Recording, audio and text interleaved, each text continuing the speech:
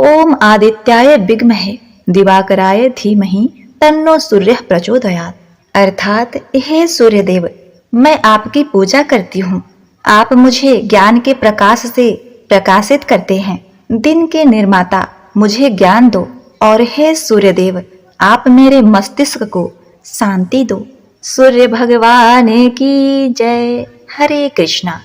प्रिय भक्तगणों, स्कंद पुराण में साफ तौर पर लिखा गया है कि जो मनुष्य विष्णु, शिव, दुर्गा, सूर्य और श्री गणेश इन पांचों देवी देवताओं की आराधना करता है, उसे किसी भी प्रकार से भय नहीं होता।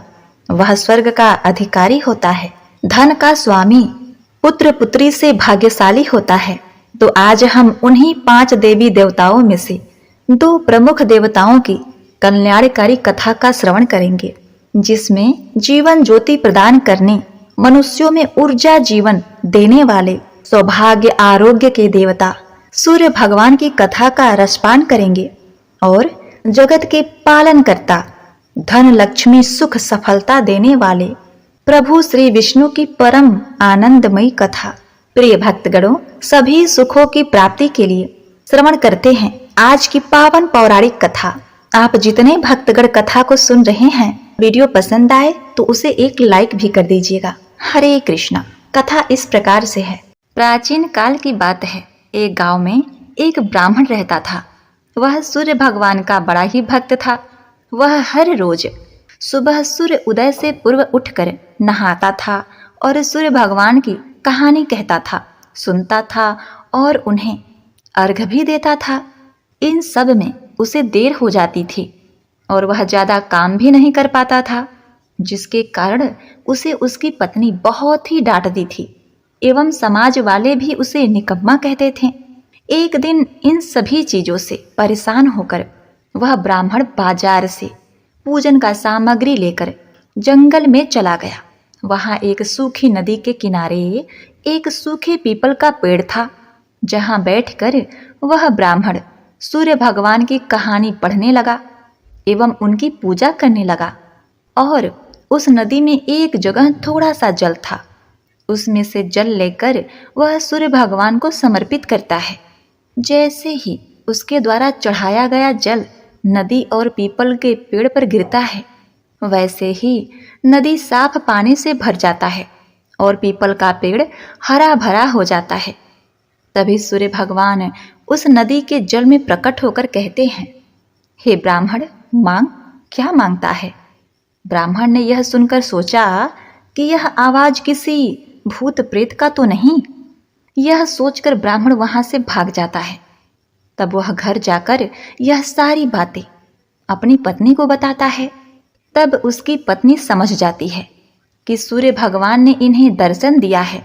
ब्राह्मण की पत्नी उसे समझाती है और कहती है, सूर्य भगवान आपसे प्रसन्न होकर आपको वरदान देना चाहते हैं, तभी तो वे प्रकट होकर तुमसे कुछ मांगने के लिए बोल रहे थे। तब ब्राह्मण अपनी पत्नी से कहता है, मैं वरदान में क्या मांगूं, बताओ।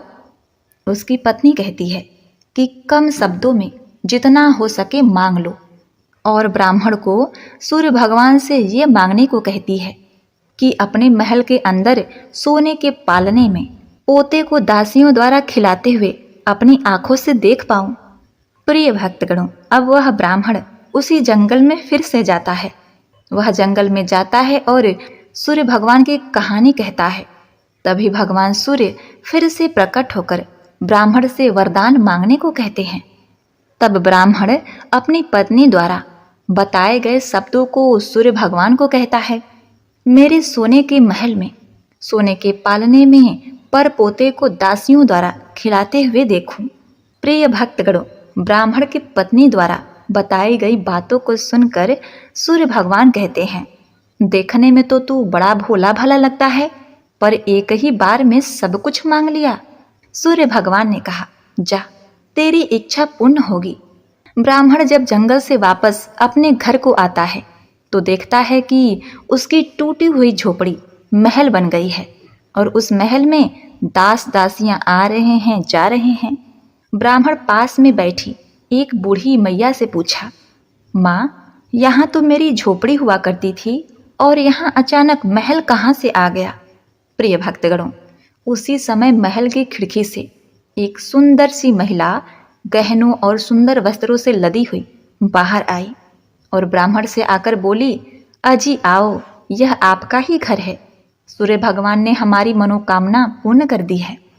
इतना धन देखकर ब्राह्मण ने उस महिला से कहा, इतना धन का हम क्या करेंगे? तब उसकी पत्नी ने कहा, धन से क्या नहीं होता, दान पुण्य यज्ञ होम करेंगे। फिर ब्राह्मण ने अपने धन का इस्तेमाल पूजा पाठ एवं पुण्य कार्यों में किया। अब सभी गांव वाले राजा के जगह उस ब्राह्मण का गुणगान करने लगे। राजा ने यह सब सुनकर ब्राह्मण को बुलवाया और पूछा, कल तक तो आपको खाने के लिए खाना भी नहीं था, आज यह धन कहाँ से आ गया? कहाँ से चोरी की और कहाँ से डाका डाला? ब्राह्मण ने कहा, यह सब तो सूर्य भगवान की कृपा और उनकी कहानी कहने सुनने का फल है। प्रिय भक्तगणों, उस राजा का भी कोई पुत्र नहीं था। उसने सूर्य भगवान की पूजा आराधना शुरू कर दी और उनकी कथा कहानी भी कहने लगा, सुनने लगा। और इस प्रकार सूर्य भगवान ने राजा को एक सुंदर सा पुत्र दिया और उसका परिवार सुख से भर गया। जय हो सूर्य भगवान। हे सूर्य भगवान, अपने सभी भक्तों का कल्याण करो भगवान। ओम नमो भगवते वासुदेवाय नमः। प्रिय भक्तगणों, अब आप श्रवण करेंगे सूर्य भगवान और बुढ़िया माई की कथा। एक बुढ़िया माई थी। उनका एक बहुत ही सरल सा नियम था। प्रतिदिन रविवार को सवेरे ही स्नान आदि करके पड़ोस की गाय के गोबर से घर को लीपकर फिर भोजन तैयार करके भगवान को भोग लगाया करती थी और फिर स्वयं भोजन करती थी। ऐसा व्रत करने से उनका घर धन्य धान और आनंद से पूर्ण था। इस तरह कुछ ही दिन बीत जाने पर उनकी पड़ोसन विचार करने लगी कि यह वृद्धा सदा मेरी गौ का गोबर ले जाती है, इसीलिए वह अपनी गाय को घर के भीतर बांधने लगी। बुढ़िया माई को गोबर न मिलने से परिवार के दिन रविवार के दिन वह अपने घर को न लीप सकी, इसीलिए उसने न तो भोजन बनाया और न ही भगवान को भोग लगाया तथा स्वयं भी उसने भोजन नहीं किया। इस प्रकार उसने निराहार व्रत किया। रात हो गई और वह भूखी सो गई। रात में भगवान ने उसे स्वप्न में दर्शन दिए और भोजन न बनने तथा भोग न लगने का कारण पूछा। बुढ़िया माई ने कहा, हे भगवान, आज मुझे घर लीपने के लिए गाय का गोबर नहीं मिला, जिससे हमारा घर शुद्ध नहीं हुआ, जिससे मैं खाना नहीं बना पाई और न ही आपको भोग लगा पाई। तब भगवान ने कहा, माता, हम तुमको ऐसी गाय देते हैं जिससे सभी इच्छाएं पूर्ण होती हैं, क्योंकि तुम हमेशा रविवार को गाय के गोबर से घर लीप कर भोजन बनाकर मेरा भोग लगाकर खुद भोजन करती हो। इसीलिए मैं खुश होकर तुमको यह वरदान देता हूँ तथा अंत समय में मोक्ष भी देता हूँ। स्वप्न में ऐसा वरदान देकर भगवान अंतर ध्यान हो गए और जब वृद्धा की आंख खुली तो वह देखती है कि आंगन में एक सुंदर गाय और बछड़ा बंधे हुए हैं। वह गाय और बछड़े को देखकर अत्यंत ही प्रसन्न हो गई और उसको घर के बाहर बांध दिया। वही खाने का चारा डाल दिया। जब उसकी पड़ोसन ने बुढ़िया माई के घर के बाहर एक अति सुंदर गाय और बछड़े को देखा तो द्वेष के कारण उसका हृदय जल उठा। जब उसने देखा कि गाय ने सोने का गोबर किया है तो वह उस गाय का गोबर ले गई और अपनी गाय का गोबर उसकी जगह पर रख गई। वह नित्य प्रति ऐसा ही करती थी और सीधी साधी बुढ़िया माई को इसकी खबर भी नहीं थी। तब सर्वव्यापी ईश्वर ने सोचा कि चालाक पड़ोसन के कर्म से बुढ़िया ठगी जा रही है। भगवान ने संध्या के समय अपनी माया से बड़े जोर की आंधी चलाई। बुढ़िया माई ने अंधेरे के भय से अपनी गाय को घर के भीतर बांध दिया। प्रातः काल उठकर जब बुढ़िया माई ने देखा गाय ने सोने का गोबर किया है तो उनके आश्चर्य की सीमा न रही और वह प्रतिदिन गाय को घर के भीतर बांधने लगी। उधर पड़ोसन ने देखा कि बुढ़िया माई गऊ को घर के भीतर बांधने लगी हैं और उनका सोने का गोबर उठाने का दाव नहीं चला, तो वह ईर्ष्या से जल उठी। कुछ उपाय न देखकर उसने देश के राजा की सभा में जाकर कहा, महाराज, मेरे पड़ोस में एक बुढ़िया के पास ऐसी गाय है जो आप जैसे राजाओं के योग्य ही है। वह रोज सोने का गोबर देती है।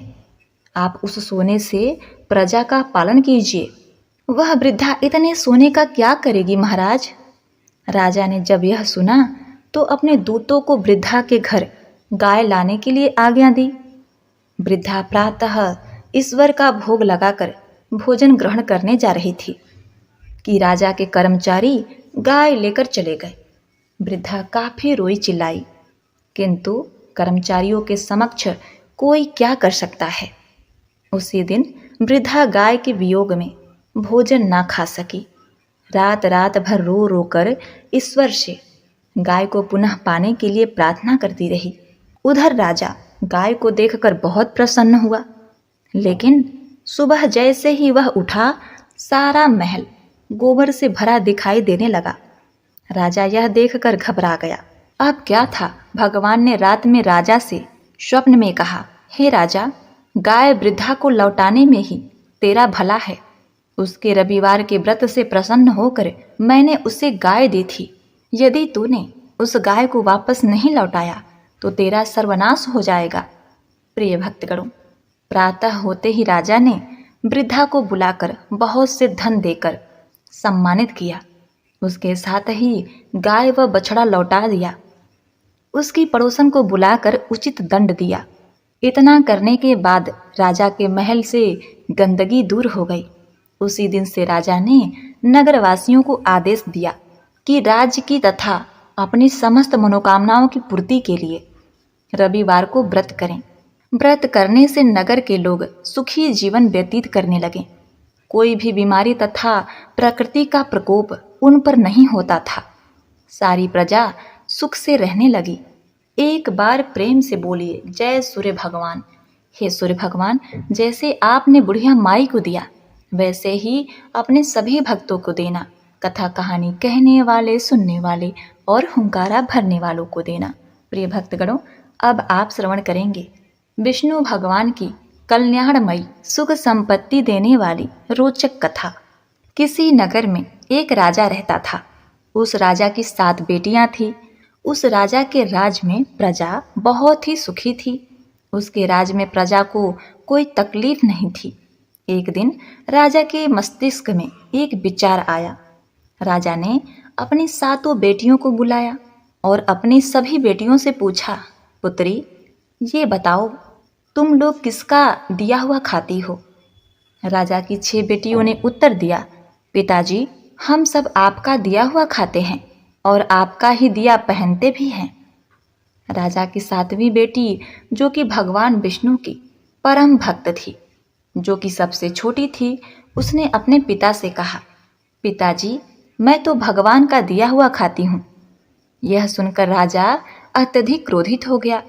उसने कहा कि सबको मैं खिला रहा हूँ और ये कहती है कि मैं भगवान का खाती हूँ। राजा ने अपनी 6 बेटियों का विवाह राजघराने में किया, लेकिन अपनी 7वीं बेटी का विवाह एक गरीब लकड़हारे से कर दिया, जो कि जंगल से प्रतिदिन जाकर लकड़ियां काटता था। वह किसी कारणवश बीमार हो गया था। वह लकड़हारा एक कदम भी आगे नहीं चल पा रहा था।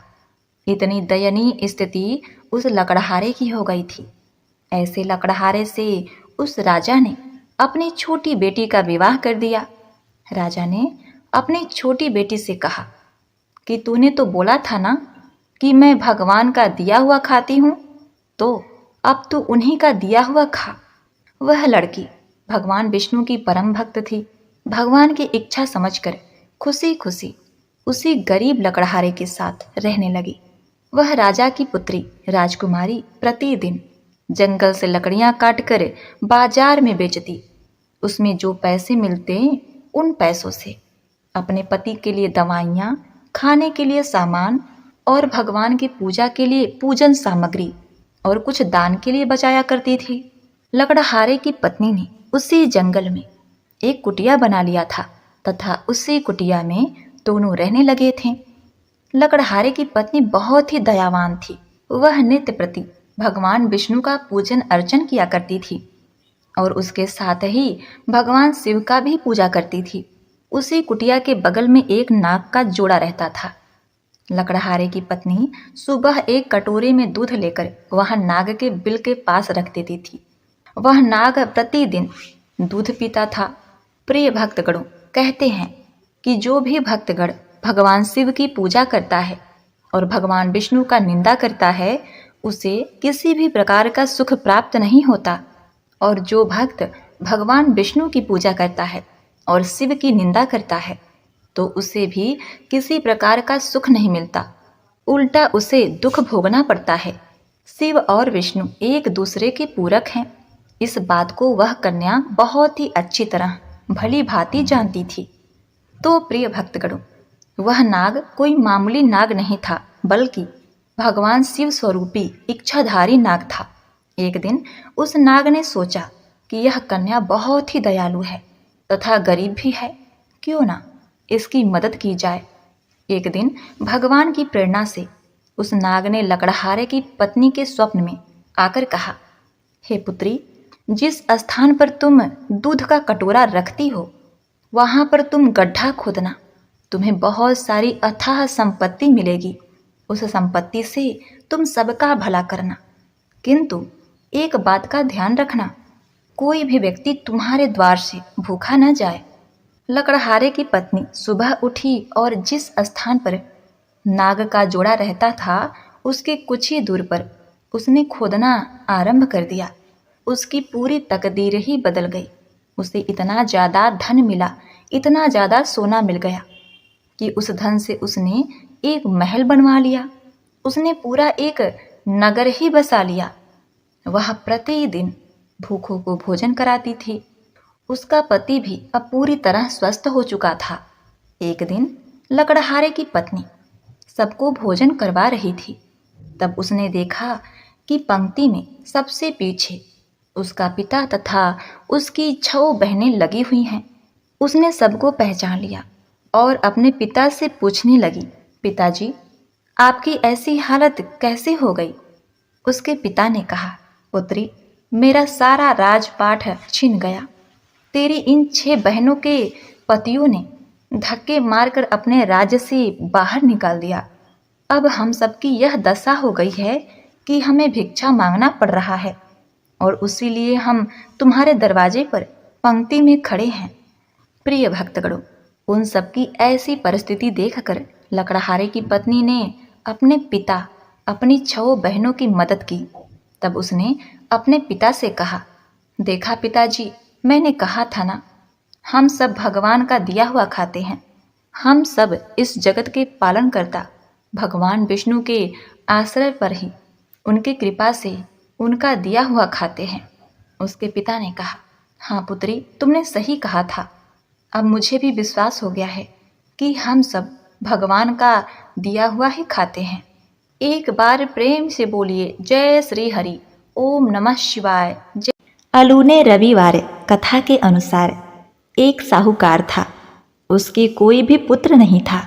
एक दिन की बात है, वह सुबह के समय घर से बाहर निकलकर टहल रहा था तो उसने देखा कि एक किसान खेत में दाना डालने जा रहा था।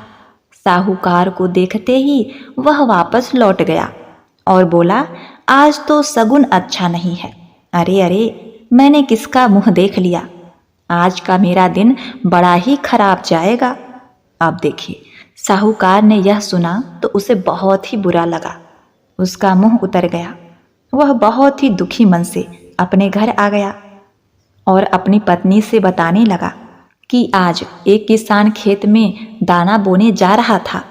वह मुझे देखकर अपशगुन समझकर वापस घर को चला गया। साहूकार की बात सुनकर उसकी पत्नी ने कहा, अरे हाँ, आज हमारे घर भी एक चिड़िया आई थी और वह बोली कि इस घर में तो बच्चे ही नहीं हैं, तो दाना कहाँ से मिलेगा।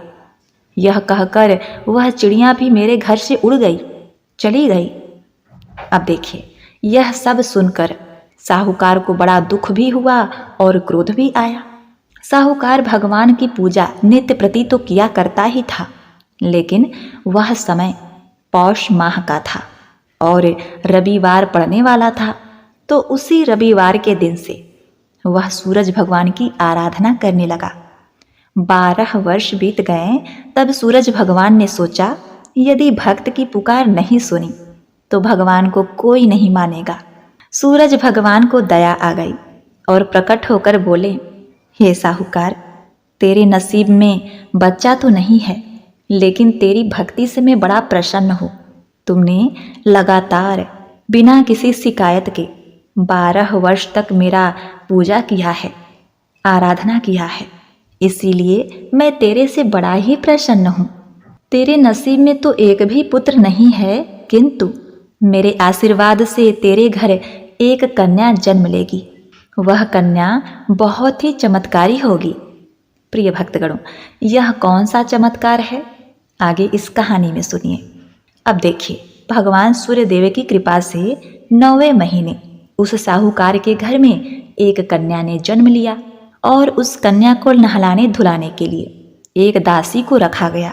दासी उस घर में आती और कन्या को नहला धुलाकर वहां से चली जाती, लेकिन वह कन्या बहुत ही दिव्यमयी थी। जब भी वह मुस्कुराती तो उसके मुस्कुराने से हीरे मोती उसके मुंह से गिरने लगते। उस हीरे मोती को वह दासी लेकर चली जाती।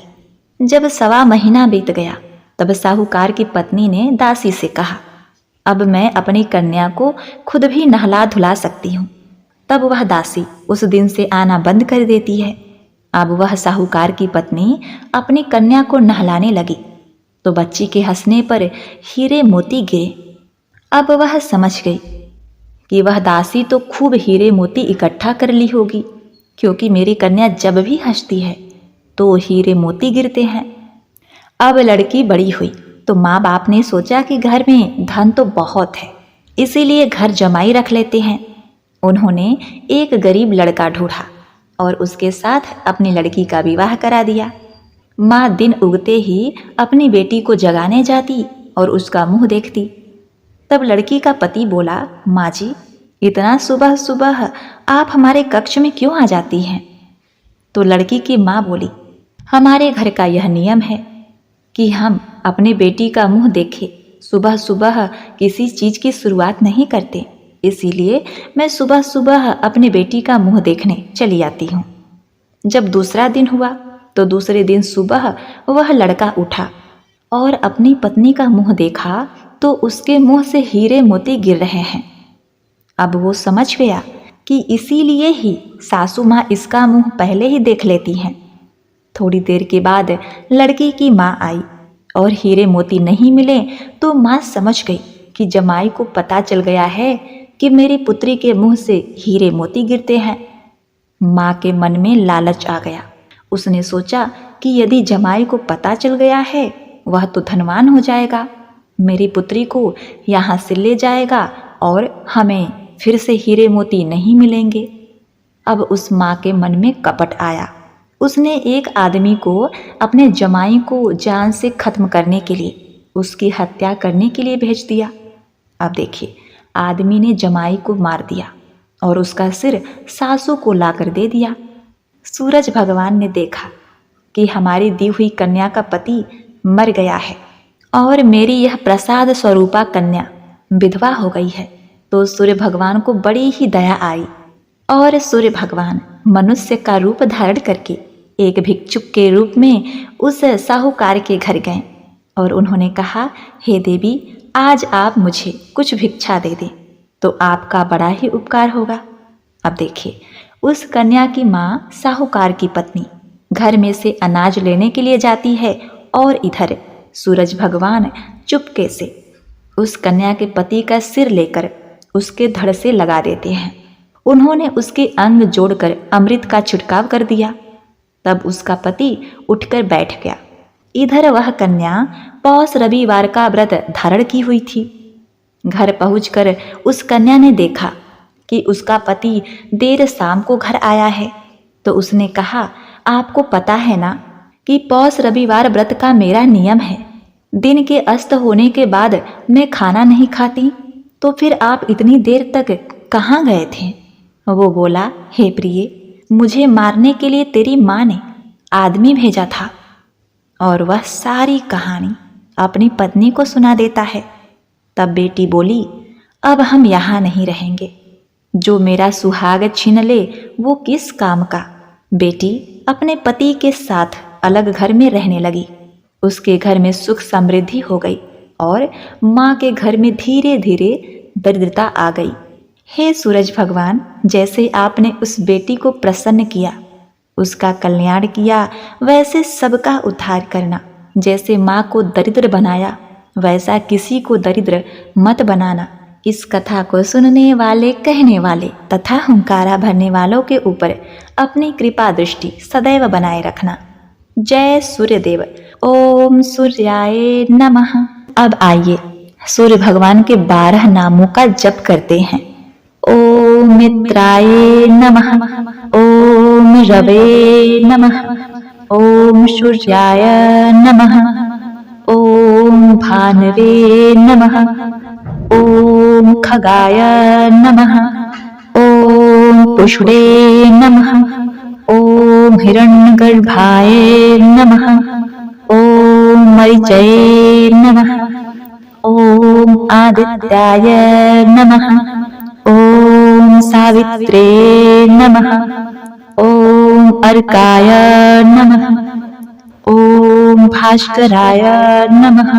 प्रिय भक्तगणों, सूर्य भगवान की आरती सुनते हुए इस कथा का समापन करते हैं। ओम जय सूर्य भगवान, जय हो दिनकर भगवान। जगत के नेत्र स्वरूपा तुम हो त्रिगुण स्वरूपा। धरत सब ही तब ध्यान, ओम जय सूर्य भगवान, ओम जय सूर्य भगवान। सारथी अरुण है प्रभु तुम, श्वेत कमल धारी। तुम 4 भुजाधारी, अश्व है 7 तुम्हारे। कोटि किरण पसारे, तुम हो देव महान। ओम जय सूर्य भगवान, ओम जय सूर्य भगवान। जय हो दिनकर भगवान। उषा काल में जब तुम उदयाचल जाते, सब तब दर्शन पाते। फैलाते उजियारा, जागत तब जग सारा। करे शब गुणगान, ओम जय सूर्य भगवान, ओम जय सूर्य भगवान। जय हो दिनकर भगवान। संध्या में भुवनेश्वर अस्ताचल जाते। गोधन तब घर आते, गोधूली बेला में। हरे घर आंगन में हो तब महिमा गान। ओम जय सूर्य भगवान, ओम जय सूर्य भगवान। जय हो दिनकर भगवान। देव दनुज नर नारी, ऋषि मुनिवर भजते। आदित्य हृदय जपते, स्रोत ये मंगलकारी। ईश की है रचना न्यारी, दे नव जीवन दान। ओम जय सूर्य भगवान, ओम जय दिनकर भगवान। तुम हो त्रिकाल रचयिता, तुम जगत के आधार। महिमा तब अपरंपार, प्राणों का सिंचित करके भक्तों को अपने देते बल बुद्धि और ज्ञान। ओम जय सूर्य भगवान, जय सूर्य भगवान, जय दिनकर भगवान। भूचर जल पर खेचर, सबके हो प्राण तुम्ही, सब जीवों के प्राण तुम्ही, वेद पुराण बखाने, धर्म सभी तुम्हें माने, तुम ही सर्वशक्तिमान।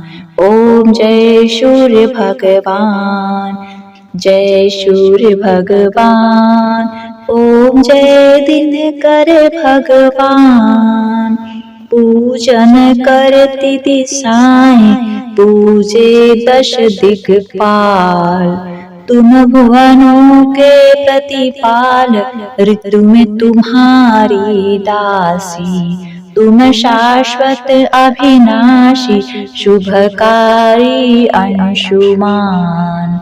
ओम जय सूर्य भगवान, जय हो दिनकर भगवान, जगत के नेत्र स्वरूपा, तुम हो त्रिगुण स्वरूपा, धरत सब ही तब ध्यान। ओम जय सूर्य भगवान, जय हो दिनकर भगवान, ओम जय सूर्य भगवान। ओम गंगणाधिपते नमः।